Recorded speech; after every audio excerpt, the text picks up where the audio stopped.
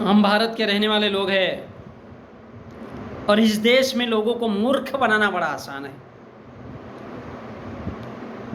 इस देश के लोगों को मूर्ख बड़ा आसान है। क्या बनाना? लोगों को मूर्ख बनाना बहुत आसान है, लेकिन अगर हम उनको ये समझाते हैं कि तुमको मूर्ख बनाया गया है, तो ये समझाना उनको बहुत बड़ा कठिन है।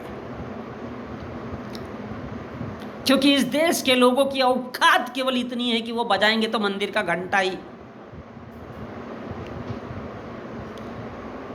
बनेंगे तो जानवर ही मंदिर में जाकर के और घंटा ही बजाएंगे। यही इस देश के लोगों की औकात है। तभी तो इस देश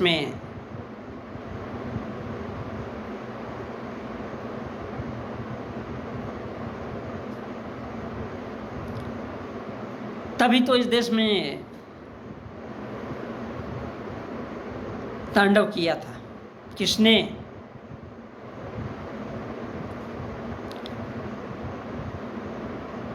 किसने तांडव किया था? बुद्ध ने। लोगों को उल्टा सीधा, खोरी खटी सुना सुना करके समझाया था, तब भी लोग सुनने को खाली नहीं थे।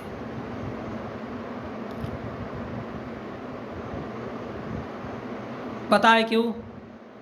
क्योंकि लोगों को लगता है जिंदगी क्या है, बड़ी खूबसूरत चीज है।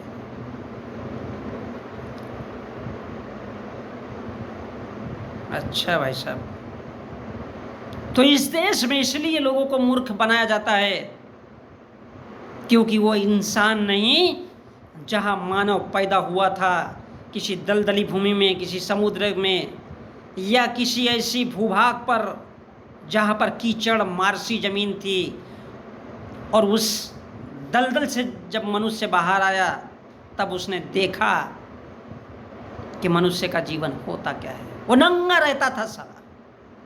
आज भारत के लोग नंगे हैं।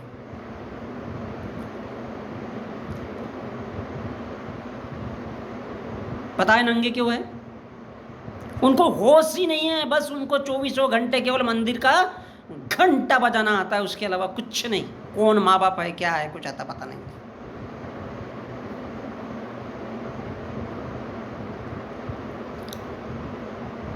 तो उनको मूर्ख क्यों नहीं बनाया जा सकता? जो जानवरों की अवस्था में जी रहे हैं, उठाए तलवार किसी का भी मर्डर कर दिए, उठाए अपने हाथ में झंडा किसी का भी प्रचार कर रहे हैं। क्या वो इंसान होने के लायक है? हो ही नहीं सकते। तो उनको कैसे समझाया जा सकता है कि वो इंसान है? वो तो जानवर है। इस देश के SC ST OBC और माइनॉरिटीज के लोग। कोई धर्म के लिए लड़ रहा है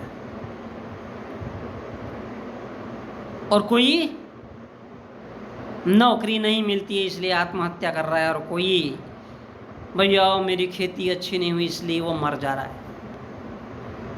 उसको लड़ना पसंद नहीं है। अगर मनुष्य के जीवन में आए हो और लड़ना पसंद नहीं कर सकते, तब तो अपने घरों की दीवालों पर लिख करके रखो कि तुम जानवर हो इसलिए मर गए। क्योंकि मनुष्य के जीवन में वही जी सकता है जिसको लड़ना आता है। This is the theory. वो हिजड़े, वो गुंडे, वो मवाली मनुष्य के जीवन में किसी भी शर्त पर, किसी भी सूरत में जीने के हकदार नहीं है जिनको लड़ना नहीं आता है। क्या लेके आए थे और क्या लेके जाओगे? माँ बाप के पेट से पैदा हुए हो ना, तो नंगे ही आए थे और मरोगे तब भी उसी सूरत में जाओगे। कोई माँ बाप भाई बहन जाएगा?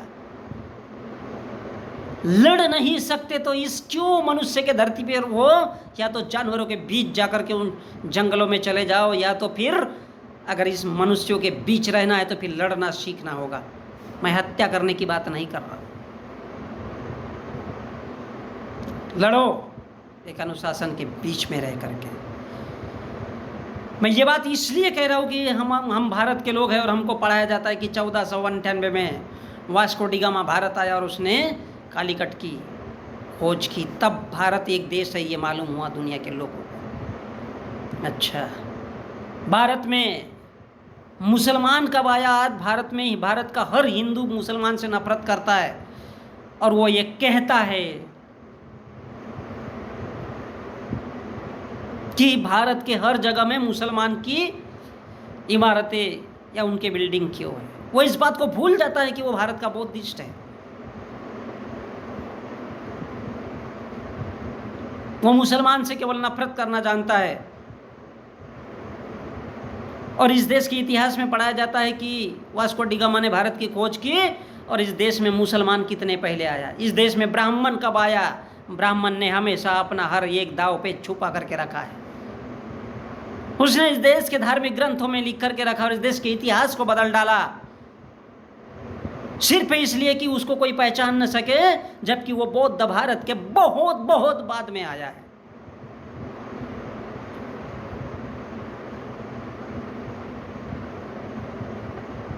इस देश के लोगों को इसलिए गुमराह किया जाता है कि कभी बुद्ध का नाम ना आए,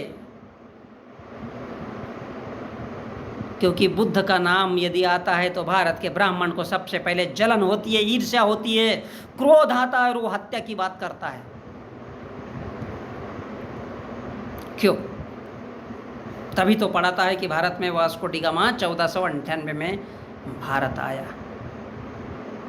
लेकिन मुसलमान भारत में आया और मुसलमान ने शासन किया और इस देश में सारे तमाम राम मंदिर हो, बाबरी मस्जिद हो और न जाने कितने सारे झमेले लगाए जाते हैं, ज्ञान व्यापी और क्या क्या व्यापी इस देश को बताया जाता है, दिखाया जाता है, समझाया जाता है, बढ़ाया जाता है इस देश के मीडिया के माध्यम से, इस देश के लोगों के माध्यम से।